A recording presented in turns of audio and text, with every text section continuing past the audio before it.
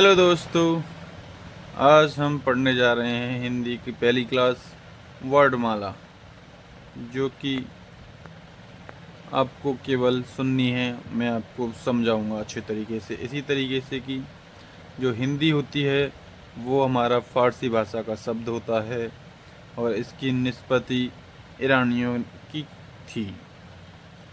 और ये हमारा एक लोकल सवाल है, वैसे सबको पता होना चाहिए कि हिंदी दिवस 14 सितंबर को मनाया जाता है और विश्व हिंदी दिवस 10 जनवरी को मनाया जाता है। अंतर्राष्ट्रीय मातृभाषा दिवस 21 फरवरी को मनाया जाता है। ये तीन चीज़ ऐसी हैं जो याद करनी है, पेपरों में आती रहती हैं। और एक टॉपिक, भारतीय संविधान में हिंदी को मान्यता कब मिली थी? तो 14 सितंबर 1949 को मिली। उसी के अनुसार हम हिंदी दिवस मनाते हैं अपने भारत में। वर्णमाला, वर्णमाला को दो भागों में बांटा गया है। वर्णमाला, एक होता है स्वर और एक होता है व्यंजन। स्वर को अच कहते हैं और व्यंजन को हल कहते हैं। परिभाषा वर्णमाला की, वर्णमाला को दो शब्दों वर्ड प्लस माला के योग से मिलकर बना होता है। वर्ड को ध्वनि कहते हैं। जो हमारा वर्णमाला है उसमें संधि विच्छेद किया हमने, तो वर्ड को ध्वनि कहा जाता है और माला को समुदाय कहते हैं। भाषा की सबसे छोटी लिखित इकाई वर्ड होती है। जो उसको हम लिखते हैं वो सबसे छोटी इकाई वर्ण है, और जिसको हम बोलते हैं वो उसकी सबसे छोटी इकाई मौखिक इकाई मतलब की ध्वनि होती है। वर्तमान लेखन के आधार पर वर्ण 53 हैं। पहले 52 हुआ करते थे, लेकिन अब हिंदी भाषा में अपडेट हुआ और मतलब एक विशिष्ट व्यंजन को जोड़ा गया है। इस प्रकार वर्णमाला में टोटल अक्षर 53 हो चुके हैं। 11 अपने स्वर होते हैं और 13 भी होते हैं। ये हमको क्वेश्चन के अकॉर्डिंग देखना है अपना, कि पेपर में 13 स्वर दे रखे हैं तो हमको 13 पर ही आंसर लगाना है, क्योंकि लास्ट पुलिस का जो एग्ज़ाम हुआ है उसमें भर्ती बोर्ड ने 13 स्वरों को मान्यता दी है। स्पर्श व्यंजन 25 होते हैं, उसमें व्यंजन 4 होते हैं, अंतस्थ व्यंजन 4 होते हैं, संयुक्त व्यंजन 4 होते हैं, द्विगुण व्यंजन 2 होते हैं, अयोगवा 2 होते हैं और विशिष्ट व्यंजन अपना एक नया जोड़ा गया है।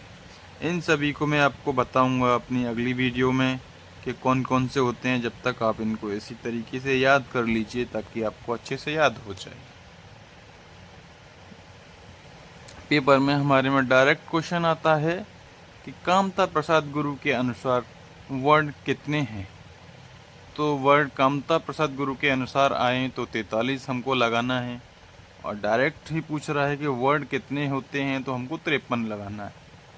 उच्चारण के आधार पर 45 वर्ण होते हैं। स्वर, जिनको अच कहते हैं, जिन वर्णों का उच्चारण स्वतंत्र रूप से कर सकते हैं हम, मतलब कि उनको बोलने के लिए, उनको लिखने के लिए हमें किसी भी व्यंजन या किसी की सहायता नहीं लेनी पड़ती है, तो उनको हम स्वर कहते हैं। जैसे कि छोटा आ, बड़ा आ, छोटी ई, बड़ी ई, ये सब आप जानते ही हैं। छोटी अंग और बड़ी अंग भी स्वर हैं हमारे। अब आता है अपना स्वर। उच्चारण के आधार पर स्वर्ण 10 हैं। ऋषि को हटा दिया गया है। इसमें उच्चारण के आधार पर पूछे स्वर कितने प्रकार के होते हैं, तो 10 लगाने हैं हमें। और स्वरों का वर्गीकरण, मतलब कि स्वरों को हम बांटते हैं, देखते हैं। उत्पत्ति के आधार पर स्वरों का वर्गीकरण 2 प्रकार से होता है। पहला है मौलिक स्वर, जिसको मूल स्वर भी कहा जाता है। ठीक है भाइयों, तो इसकी परिभाषा होगी कि जिन वर्णों का निर्माण एक खंड द्वारा होता है उसे मूल स्वर कहते हैं।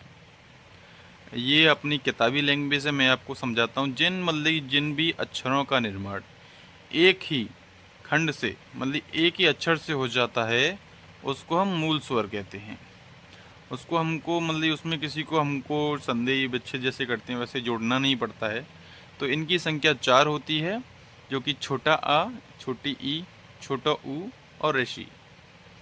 इनको छोटे आ, छोटी ई, छोटो ऋषि को भी हम हासु स्वर भी कहते हैं, ये भी आपको याद रखना है। संधि स्वर दूसरा है हमारा, पहला मौलिक स्वर हो गया, दूसरा संधि स्वर। जिन स्वरों का निर्माण दो खंड द्वारा हुआ है या होता है उन्हें संधि स्वर कहते हैं। जिसमें हमको दो अक्षरों को मेल कराना होगा, जिससे अपना संधि होगी, वही हमारे संधि स्वर होते हैं। ये दो प्रकार के होते हैं। सजातीय स्वर, आपको परिभाषा पढ़नी है तो मैं आपको बताता हूँ। जिन स्वरों का निर्माण समान जाति के योग से हो उन्हें सजातीय स्वर कहते हैं। मतलब कि अपनी जाति के ही स्वर होते हैं, जैसे कि अपना एक समान वाला मिलकर एक बड़ा अक्षर बनाता है तो वो सजातीय हैं। जैसे कि अपना बड़ा आ आप देख रहे हैं, तो हमने आ प्लस आ किया तो बड़ा आ बन गया। उसी प्रकार बड़ी ई को छोटी ई प्लस छोटी ई किया तो बड़ी ई। तो यही है अपना सजातीय, जो मतलब एक ही अक्षर को प्लस करके बनता है। विजातीय स्वर, अब आपको समझ में आ गया होगा कि विजातियों का मतलब ये एक जाति के नहीं होंगे, अलग अलग होंगे। इसकी परिभाषा है, जो स्वर विभिन्न जाति के योग से निर्मित होते हैं, मतलब विभिन्न जाति के योग से निर्मित होते हैं, इनमें अपना नहीं होता है, उन्हें विजातीय स्वर। इनकी संख्या भी 4 होती है। इन्हें संयुक्त स्वर भी कहते हैं। तो समझिए दोस्तों, विजातीय स्वर जो होते हैं उनको हम संयुक्त स्वर भी कहते हैं। पेपर में क्वेश्चन आता है कि संयुक्त स्वर कौन सा है, तो पहला है छोटी ए और दूसरा है बड़ी ए। तो आप देख रहे हैं, छोटी ए को आ प्लस ई से बनाया है हमने, और बड़ी ए को आ प्लस ए से बनाया है। छोटी ए और बड़े ए को कंठ तालव्य भी कहते हैं। ये पेपर में डायरेक्ट क्वेश्चन बनता है, इनमें से कौन सा कंठ तालव्य है। छोटा ओ और बड़ा ओ, छोटे ओ को आ प्लस ऊ से बनाया है छोटे ऊ से, और बड़े ओ को आ प्लस बड़े ओ से बनाया है। आप ओ प्लस बड़े ओ को कंठ ओष्ठ्य भी कहते हैं। हिंदी में मात्रा के आधार पर स्वर 3 प्रकार के होते हैं। इसे कालामान भी कहते हैं, मतलब आपसे ये भी बोल सकता है कालामान के आधार पर स्वर कितने हैं, तो आपको 3 लगाना है। पहला लघु हास्य स्वर, एक मात्रिक, जिसमें एक ही मात्रा के होते हैं। मैंने आपको पहले बताया हास्य स्वर कौन से होते हैं।